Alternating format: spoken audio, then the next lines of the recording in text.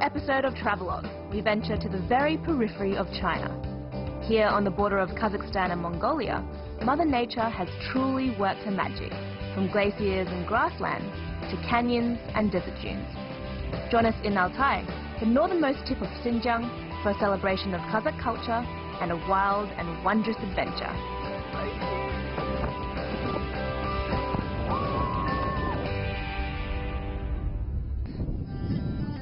G'day from the very northwestern fringes of China, far, far away from silver skyscrapers and neon lights. Out here it's a land full of mystery and breathtaking beauty, and also of topographic and ethnic diversity. Now I'm at Jimunai, which shares a border with Kazakhstan, so of course the colourful Kazakh culture is very strong here.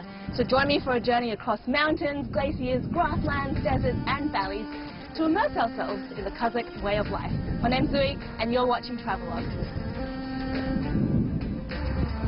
The Kazakh people, or Kazakh in Mandarin, are one of China's 55 ethnic minorities. They make up little more than 1/10 of 1% of the Chinese population, yet here in Jimunai, 6 out of 10 residents identify as Kazakh. In this quiet county sharing a 141-kilometre-long boundary with Kazakhstan, life is delightfully simple and slow, even in the town centre. Jimunai comes under the administration of Altay Prefecture, situated at the northern tip of Xinjiang Uygur Autonomous Region. Let's just put it this way, it's a long, long way from Beijing.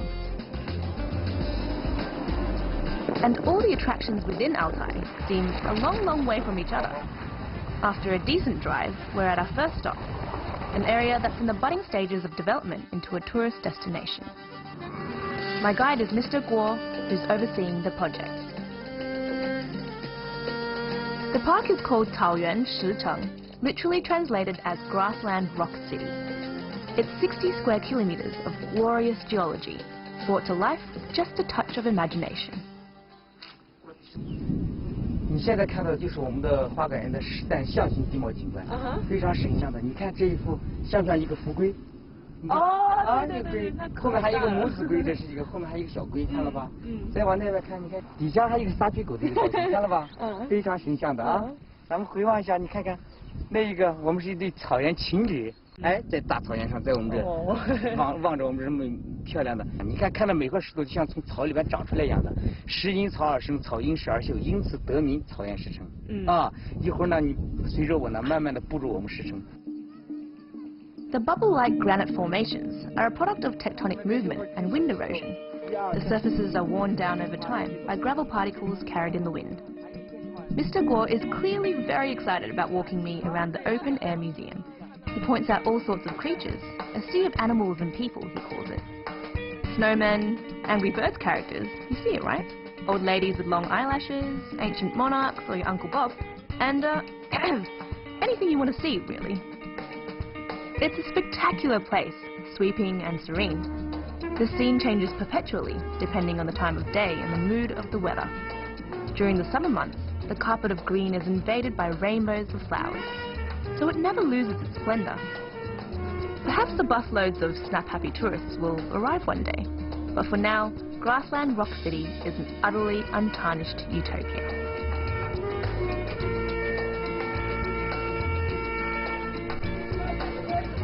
Beside the driving route is a cluster of yurts, some recently converted to cater for hungry visitors like me. Far from being gentrified, everything is authentically Kazakh as it gets. This is just home cooking, multiplied in quantity. There's bezbamak on the boil, the national dish of Kazakhstan. It's simmered lamb with flat sheets of noodles, and the smell has wafted outdoors to entice us. Mr. Guo and his friend Muhayati, who manages this site, insist that I join them for lunch in a dining yurt. It's an unfussy type of meal, and the food just keeps coming. Exactly the way I like it. Shoving all the food in front of my face. Yurts have been around for at least 3,000 years. Though almost identical to the Mongolian gur, yurts have steeper, curved roofs, and the interior motifs are different. Either way, they make great banqueting spots. Wow, this is the stuff. Look at this. Got a whole sheep head in front of me. Can't wait to dig in. Here, let me show you. 这样子必须的啊，必须的，你们的鱼都一样的。这个羊头的这个上面要打开的意思，这个一流顺风的意思。现在是做个八蛋，也就是来客人来做，也就是尊酒话。你说。Oh no! I knew it. The pressure's on. All right, I'm going to keep it simple. Not used to saying grace. But yeah, thank you everyone. 谢谢 for your amazing hospitality. I need subtitles. And yeah, I wish you all good health and happiness. Thank you. Okay. 好了。现在我可以学说，现在是那个羊头开始学这个样子。完了以后这个举把，举把来第一个就来客人。哦，这是给我。啊。这个就是可以最穷的人要可以吃。谢谢。Oh, that is really tender. 这个是什么？这个就是。Oh. The palate. 这个要我们这个房子里面，比如说客人里面来了一个丫头的话，就你以后再唱歌说话好的很，这样子给。你看，1、2、3，就那样子给。以后再唱歌好啊。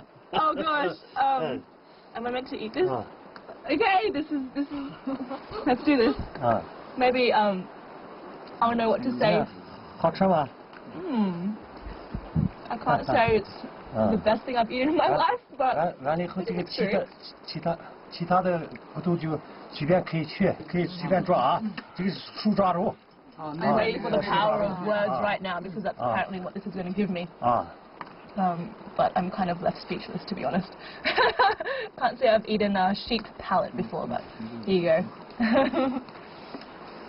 Personally, not the most palatable part of an animal, but the gesture was nice. Anyway, it's already a privilege to be served beshbarmak and feast with the locals. Then, having eaten like a horse, I head on over to another campsite where some sort of merriment is underway today, or so I've been told. Like the smell of beshbarmak, the sound of festivities is cajoling me to join.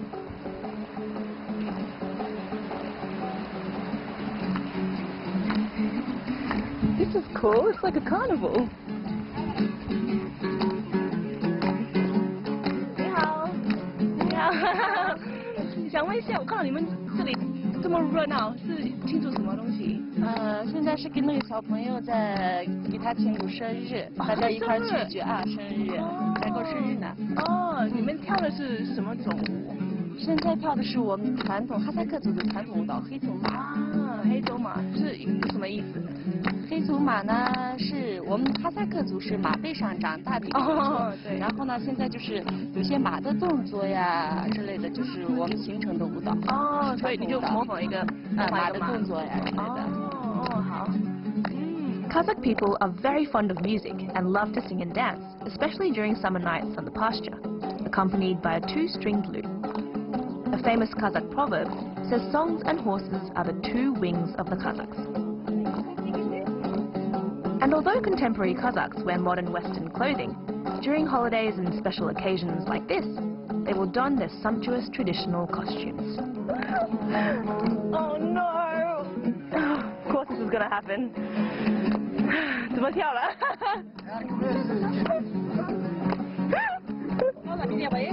I'm fully aware that I'm emulating a monkey rather than a horse, but I just can't help grinning stupidly and having a blast with these happy people. She's probably laughing at me so much. It's not a terribly big get-together, nor is it terribly rowdy, but the collective delight is tangible and genuine. And how interesting and energizing are the strums and twangs of the instruments.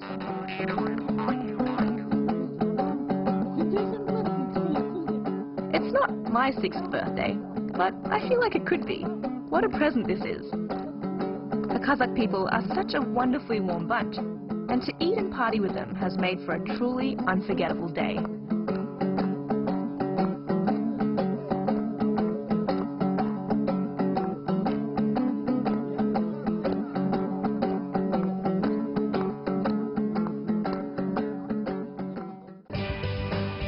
Coming up next on Travelogue, an afternoon hanging out with Kazakh children and getting even better acquainted with Mother Nature. Out here in Altay, it's one exhilarating adventure after another, either by foot or by four-wheeler.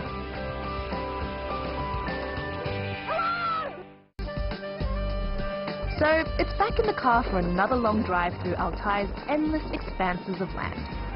Out here, it's not unusual to go through all 4 seasons in one day, or 1 minute really.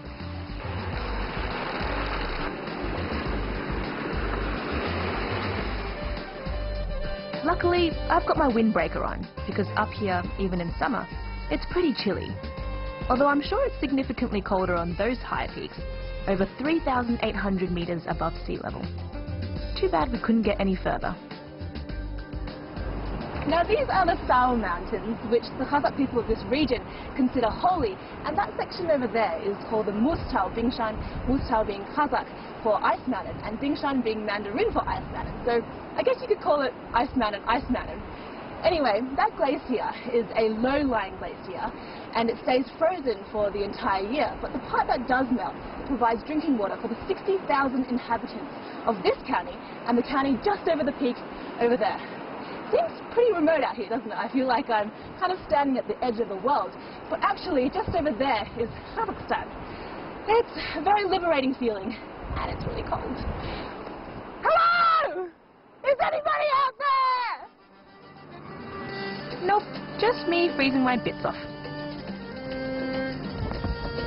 We hit the road again, right next to the border with Kazakhstan.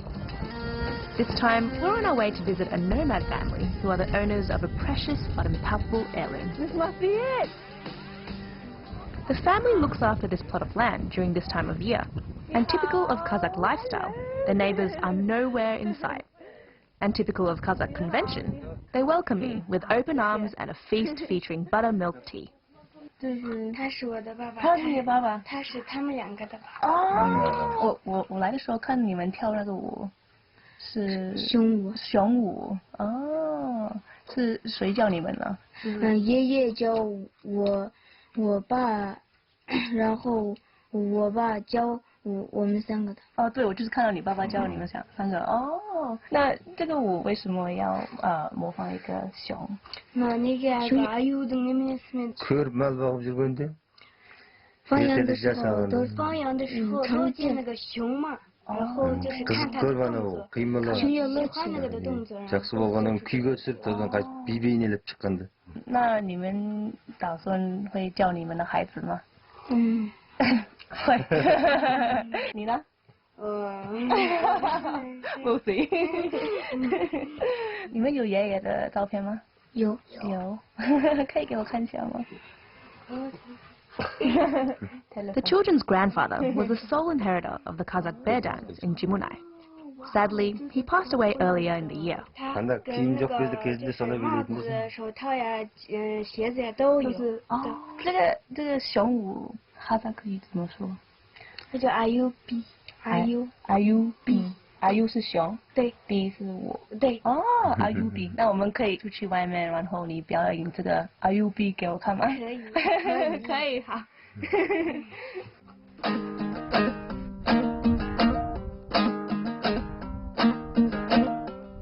The Kazakh bear dance is recognized as provincial-level intangible cultural heritage.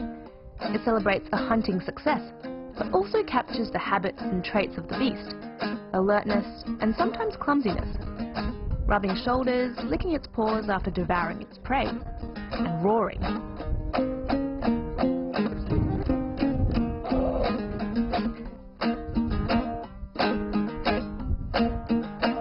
It's one of the most touching things I've ever seen.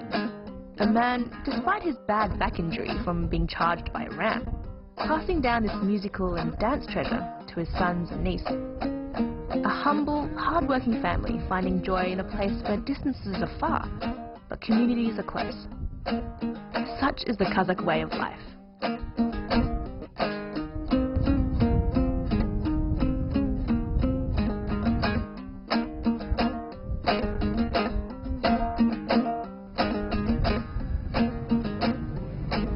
Now here in Xinjiang expect to spend heaps of time in the car. So for us getting from A to B, it's taken hours, up to 11 hours. And I think people here in Xinjiang have a slightly warped sense of distances. So for example, if you ask an Uygur man where the next place is, he might say, Oyada, which means just over there, although that could be really far already. So if he says, Oyada, well then you're stuffed. And I've heard they have a similar expression in Kazakh. Mohammed, 我们去的地方远吗？现在？ I knew it. Xinjiang is the largest administrative division in China, making up 1/6 of the country's total area, covering over 1.6 million square kilometers. That's the size of Iran, which is the world's 18th biggest nation by size. Mind-boggling, right? But less than 10% of Xinjiang's land area is fit for human habitation, which explains why we keep driving for eons without another human in sight. The region is mostly desert and grassland, sprinkled with oases and reinforced by deeply carved mountain ranges. But our next stop is perhaps the most magical of all, the Yadang landforms of Kazakh.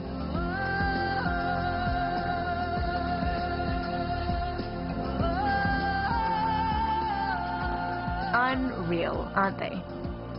Yadangs are streamlined protuberances of rock, whittled into shape over time by the wind carrying abrasive dust and sand.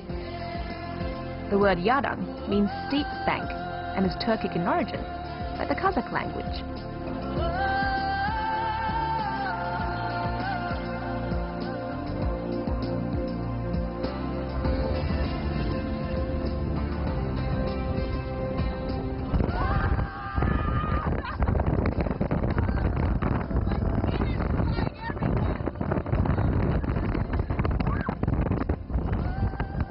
Brilliant idea was it for me to stand in the cargo tray of a truck and reach rocket speeds on unpaved roads? Director Kelvin. I'm not complaining. I just tend to assume everything is part of my Travelogue contract, whether it's ingesting sheep pellets or defying G-forces. Or chasing sunsets like it's a marathon. Whoa, running through the desert!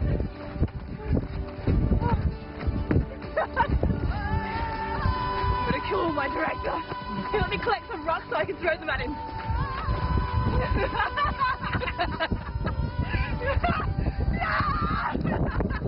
That was a deliberately soft toss and miss, by the way. Gosh, look at just how awe-inspiring the scenery is. Jaw-dropping, heart-stopping.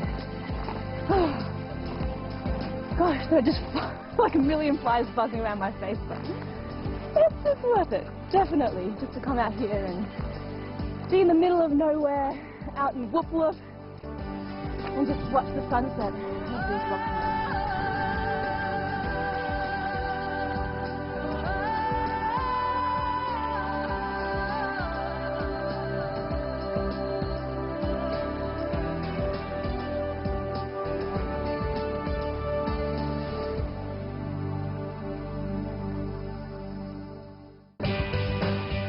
Coming up next on Travelogue, we drive the route of the Kazakh nomad migration, heading east to meet a team of student conservationists, here to help Altay maintain its allure.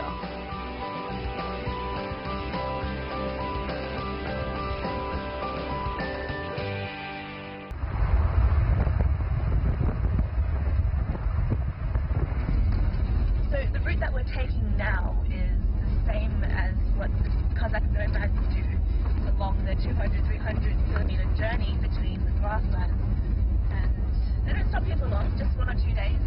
But yeah, it's dusty, it's rough, it's not easy terrain, but it's part of their life. Kazakh nomads migrate twice a year, without maps or GPS devices. They move from the high summer pastures to camps on lower plains, seeking grazing land for the herds, and back again. They take all their possessions with them, loaded on camels, and the passage can take weeks. Meantime, we've got the comfort of a car.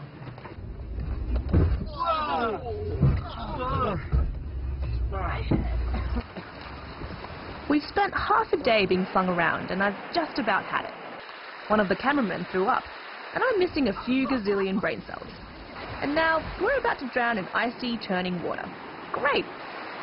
Honestly, how do the Kazakh people do this without modern transport? What do you think? I don't think anymore, I've lost my brain. We've left Jimunai County now, and we're headed east to Liangheyuan Conservation Area, closer to Mongolia. There, some fieldwork related to environmental protection is being carried out by some young Chinese students. Wow! This is really the wilderness out here, isn't it? So, apparently somewhere on these slopes there's a bunch of kids, I guess, collecting empirical data to give to scientists so they can study this area. And I'm really excited to be hanging out with people half my age. Yay! Now, that's if the bears and wolves don't get to me first. And snow leopards. They roam around here too. Anyway, here we go venturing into the alpine forest. Mr. Chen! Nice to meet you Good again. to see you again, yeah. Welcome to our Thank you. beautiful exercise. Yeah. If you think Mr. Chen looks familiar, 2 thumbs up from Travelogue. We met before in the deserts of Dunhuang, tracking the critically endangered Przewalski's horses and wild Bactrian camels. He's still in charge of the students, but things are a little different this time. We measure every tree so as to have the quantitative analysis of carbon sequestration against global climate change. Saving the world bit by bit, I see. Right.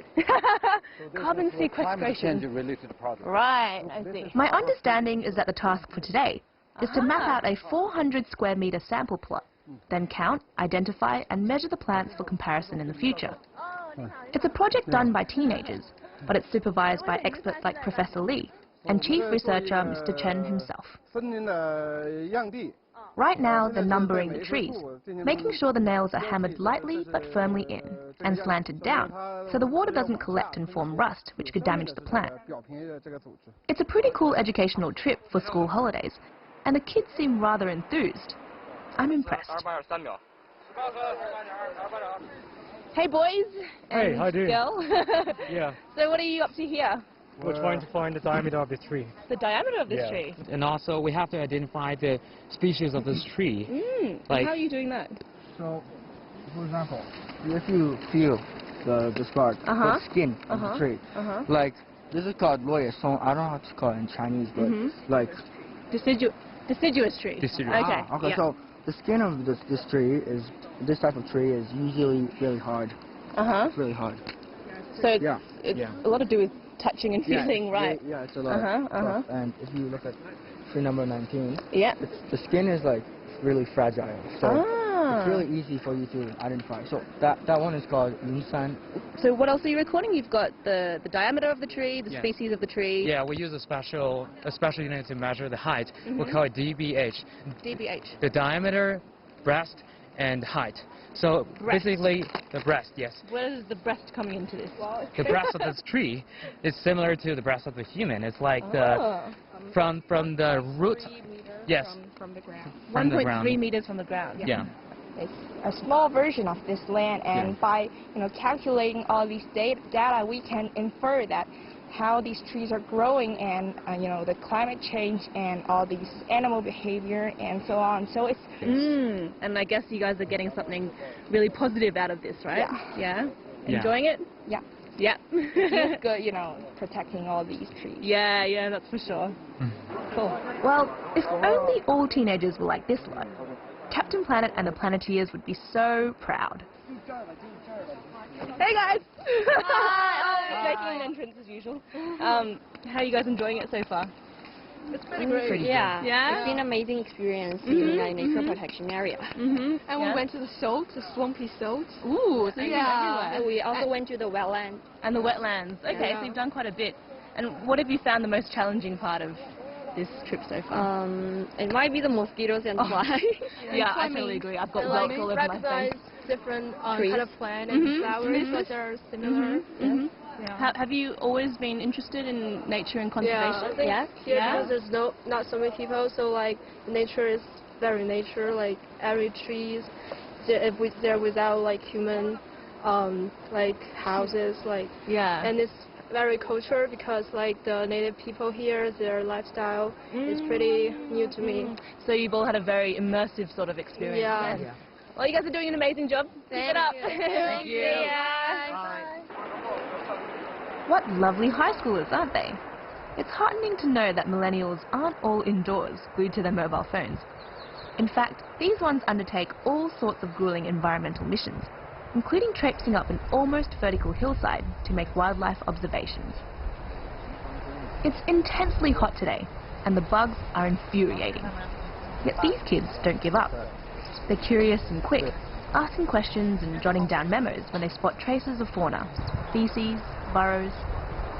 They're mini conservationists, helping ensure that the ecosystems of Yanghe Yuan and Altai in general will continue to survive and thrive. Well, that brings us to the place where we bid Altai farewell. This is the source of the Irtysh River, which joins the Ob River and flows through Siberia into the Arctic Ocean. Here, at its starting point, we end our wild and wondrous adventure, while for some, their journey continues. Living in Beijing, it's really easy for me to forget that China has so much more than just traffic and dust and high-rises. Out here at the frontiers of this vast land, there's just so much wide open space and wild, intoxicating beauty. There's beauty in the nature and there's beauty in the culture with the Uyghurs and the Kazakhs. It's really nice to know that a lot of the younger generation are taking an active interest in conserving this beauty. I guess the future does lie on their shoulders. My name's Zui. I'll catch you next time on Travelogue.